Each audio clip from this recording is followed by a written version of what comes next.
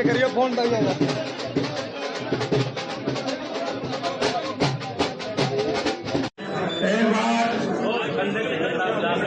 माननीय विधानसभा अध्यक्ष शिक्षक शशिपाल मेहता हैं, उनसे भी यहाँ पर मिल रहे हैं, बधाई दी जा रही है। और यहाँ पर देख सकते हैं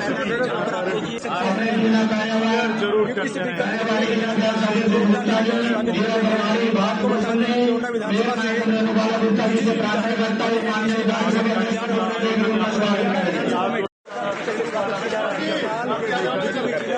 करते हुए श्री अशोक भंडारी जी, श्री शशिपाल मेहता जी से प्रार्थना हो हमारे मान्य विधि मंत्री जो हमारे भगवान दास यूनिवर्सिटी से ड्राइवर का भत्ता देकर स्वागत करेंगे।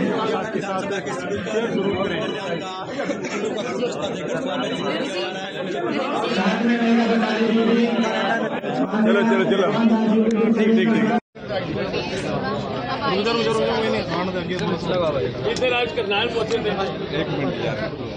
क्या कुछ कहना चाहेंगे सर? करण कमल में जोरदार स्वागत हुआ है। देखिए, सभी कार्यकर्ताओं का आभार व्यक्त करूंगा जिनका लगातार एक मेहनत, जिनकी समर्पण हमेशा इनका रहता है। और आज सभी ने जिस प्रकार से प्यार और स्नेह देने का काम किया है, जो उत्साह सभी कार्यकर्ताओं का है, मैं समझता हूं कि यही उत्साह है जिसके कारण से आज सरकार जो है वो तीसरी बार बनी है। परंतु आज मैं एक स्पीकर के नाते अगर मैं बात करूं, क्योंकि जो जिम्मेवारी मुझे मेरे शीर्ष नेतृत्व ने दी है और जिस प्रकार से सभी प्रदेश के माननीय सदस्यों ने निर्विरोध मुझे स्पीकर के पद पर चुनने का काम किया है, मैं सर्वप्रथम उन सभी का आभार भी व्यक्त करूंगा। और उसके साथ साथ मैं सभी को ये विश्वास भी दिलाऊंगा कि जो एक स्पीकर के नाते एक जिम्मेवारी होती है, उसको मैं पूरी निष्पक्षता और पूरी ईमानदारी से निभाने का काम करूंगा। और सभी सदस्यों को बराबर टाइम मिले, पूरा समय मिले, अपनी बात वो रख सकें, अपने क्षेत्र की बात रख सकें, लोगों की बात रख सकें, प्रदेश के विषयों को वहाँ पर चर्चा में ला सकें। इसका हम प्रयास करेंगे कि वो सभी चीज़ें सकारात्मक रूप से आगे बढ़ें।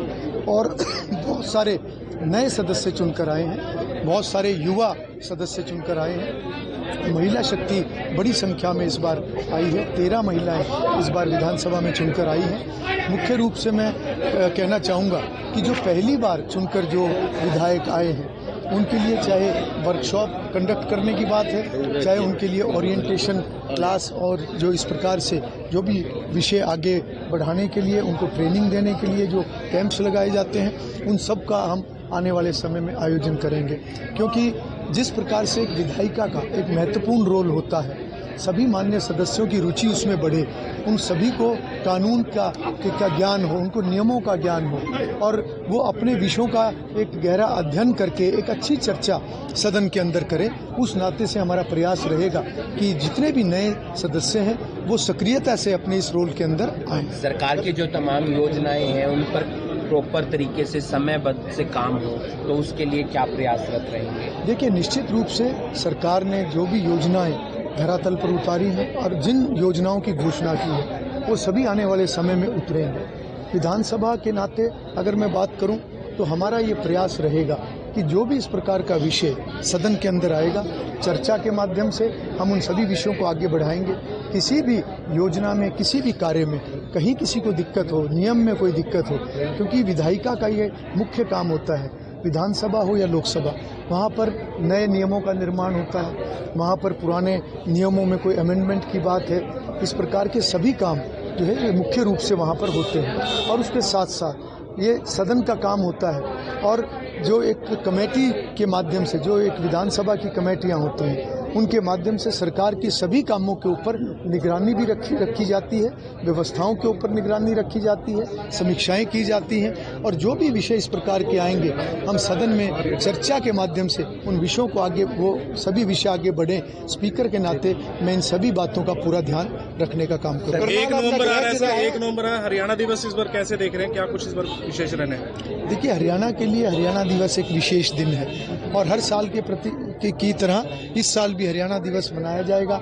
और हर इस दिन पर हम सब हरियाणा वासियों को ये एक संकल्प लेना चाहिए कि हम हरियाणा को आगे बढ़ाने के लिए इकट्ठे होकर हम इस दिशा में काम करें और जिस प्रकार से एक हरियाणा एक हरियाणवी एक का एक कल्चर हरियाणा के अंदर डेवलप हुआ है, हम सभी एक होकर हरियाणा को आगे बढ़ाएं, प्रगति के मार्ग पर आगे बढ़ाएं, हरियाणा की व्यवस्थाएं और अच्छी हों।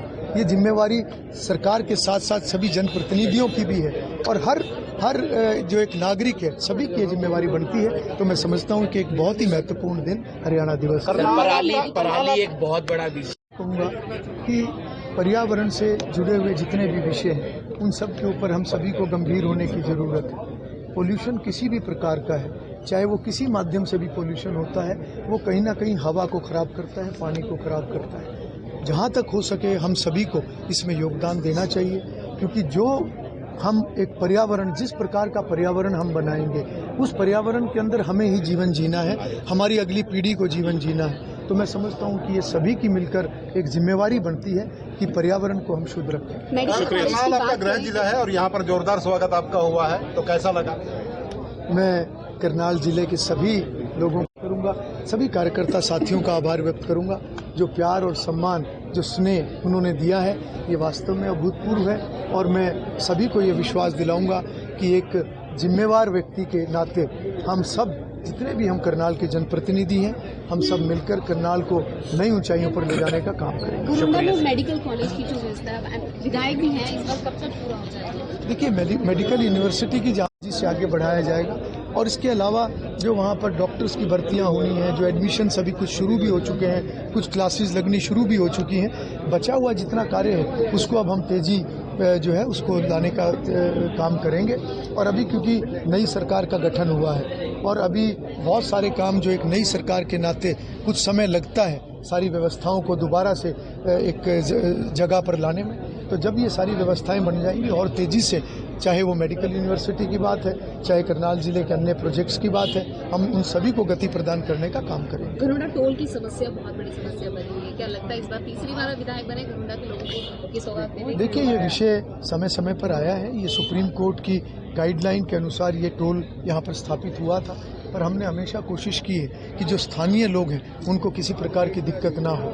कई बार बीच में कभी एक नई कंपनी आने के कारण से कुछ दिन व्यवस्था बनाने में लगते हैं, पर हमें हमेशा ये प्रयास रहता है कि लोकल लोगों को यहाँ पर कोई दिक्कत ना हो। भविष्य में भी हम इस विषय पर अगर कोई समाधान और कोई मिनिस्ट्री के लेवल पर निकलेगा, क्योंकि पहले भी इस विषय को आगे हमने पहुँचाया था और आगे भी आने वाले दिनों में हमारी कोशिश रहेगी कि लोगों को दिक्कत ना हो और कोई हल अगर निकल दे, इसका कोई गुंजाइश होगी तो निश्चित रूप से हम उसको निकालेंगे। गोंडा का जो करनाल का एयरपोर्ट भी जो है अधूरा पड़ा, अभी तो बताया जा रहा था कि इसको कमर्शियल बनाया जाए। देखिए, ये सभी एक बड़े प्रोजेक्ट्स हैं, चाहे हवाई अड्डे की बात है, चाहे रिंग रोड की बात है, चाहे मेडिकल यूनिवर्सिटी की बात है, चाहे एनसीसी एकेडमी की बात है, चाहे कॉलेजेस की बात है, और इस प्रकार के जितने भी प्रोजेक्ट्स होते हैं इन सब में समय लगता है। चाहे हमारी ऑगमेंटेशन कैनाल जो लगभग 500 करोड़ रुपए से उसकी रीमॉडलिंग हो रही है, ये सारे विषय ऐसे हैं जो एक समय सीमा इनकी होती है, समय सीमा में वो पूरे हों, वो हमारी कोशिश रहेगी। कुछ प्रोजेक्ट वास्तव में कोरोना काल के अंदर वो उनमें जो एक बीच में बाधा आई थी, उसमें से बहुत सारी जो टेक्निकल बाधाएं थी वो हमने पिछले दिनों में दूर की थी। जो आने वाले समय में और भी कोई बाधाएं हैं उनको भी हम दूर करने का काम करेंगे और कुछ जो प्रोजेक्ट्स हैं वो जो कोर्ट के अधीन वो अभी स्टे उनके ऊपर लगा हुआ है, वो भी हमारा प्रयास रहेगा कि आने वाले दिनों में